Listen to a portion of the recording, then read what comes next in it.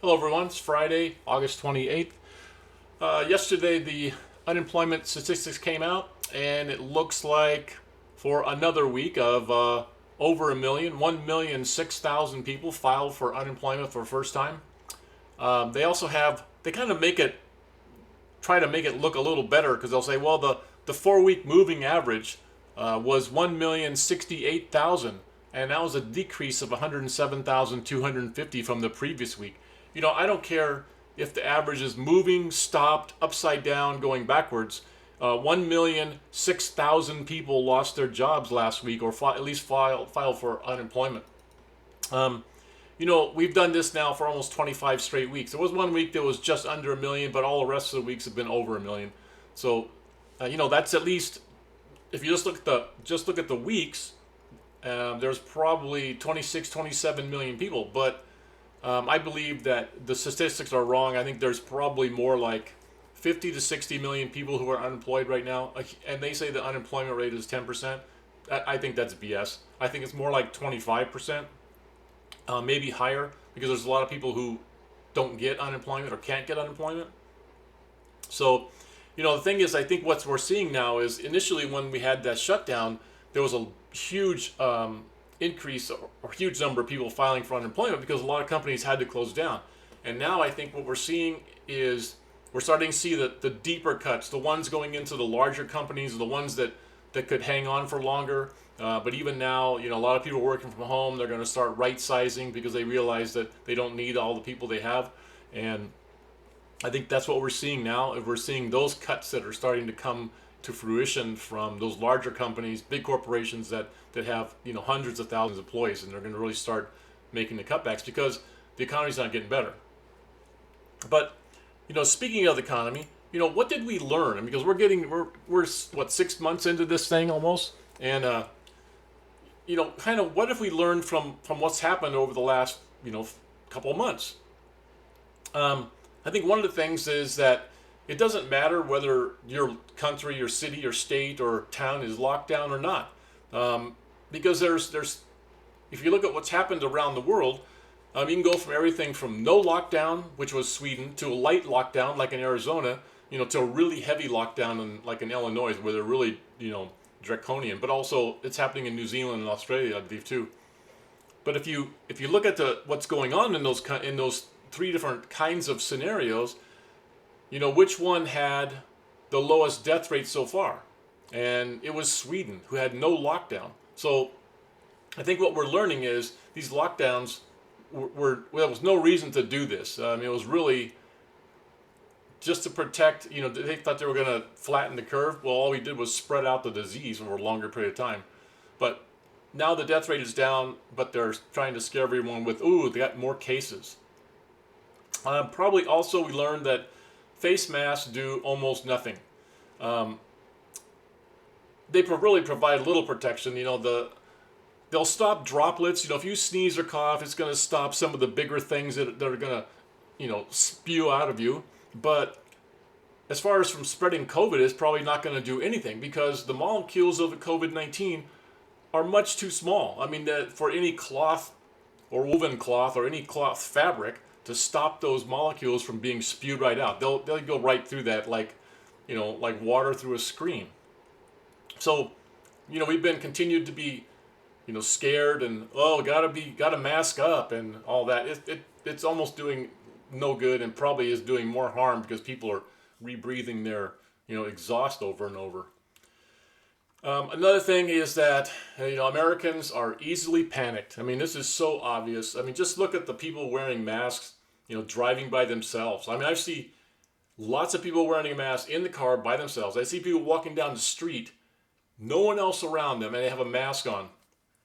Um, I've had people walking towards me on the sidewalk, and they'll go way around me. They got a mask on. I have a mask on, and they'll still walk 8, 10, 15 feet around you because they don't want to be close to you because they are so freaking scared that they're going to get the black plague or something that it's just causing horrendous. I think it's hurting society badly because we're becoming so distant from each other because of this that we can't even function. I don't think as well as a society as we used to. And then, you know, for people who don't wear masks, I mean, if you go into a store and it has optional, or you don't have to wear a mask. Well, I mean, even at Walmart, you don't have to. Um, people will, I guess you can say, tyrannize you. That word, tyrannize. Anyhow, all you got to do is look on YouTube and see how many people are sharing videos that where other people are yelling at them because they're not wearing a mask. Um, that's horrible. I mean, we've come to a point where, and I'm not saying everybody, but a huge portion of our society is almost toxic to each other because they're so afraid that they're going to get something that they'll lash out at people who choose not to, or in what I think is show their strength and freedom by not doing it. Another thing is that we've learned, or we haven't learned, or we think we have learned, the Federal Reserve can continue to inflate stock prices, at least for some of them. I mean, they're obviously inflating the ones that are the big ones, the Amazons and stuff. They're continuing to buy corporate bonds and propping up Wall Street, but they're not doing much at all for Main Street. I mean, the bankers are getting bailed out and made richer, but Joe Sixpack is left to lose his job, his home, his car, and sometimes his actual life, because we're finding that some of the suicide rates have climbed dramatically. Drug use and alcohol use has climbed dramatically. What do you call it? Spousal abuse, or when they have the problems at home, has risen a lot. One of the other things too is that nobody seems to be worried about the deficit. No politicians for sure, but nobody's concerned that we have these gigantic deficits. The Fed has printed probably $3 trillion. Their balance sheet is up around $7 trillion. It's up $3 or $4 trillion just since the thing started. No politician's concerned. That's obvious. The average person isn't concerned, probably because most people, have no clue what the Fed does, or that the Federal Reserve is neither federal or reserve. It's a private bank with owners and stock. And I don't think people even know that. They have no idea what the Federal Reserve does and how the things that it's doing right now with all the money printing are just going to cause a serious issue down the road. Another one is, I think that neither political party can add or subtract. I mean, they can put two and two together and see that we're on an unsustainable path. And none, zero, nada, none will come out and tell the public the truth about our systems collapsing. They will just continue to feed us bullshit and say that things are fine. And they'll just say, look at the stock market.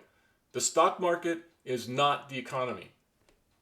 The stock market is a financial environment, has nothing to do really with what's going on the main street. Once you go down and see all the closed stores, restaurants that are going out of business, those have nothing to do with it, because most businesses are not in the stock market. They're mostly individuals that own or a couple people partner to own a business, but they aren't in the stock market. They don't have shares that are selling. The other thing is that this economy is not going to bounce back. There's not going to be any V-shaped recovery.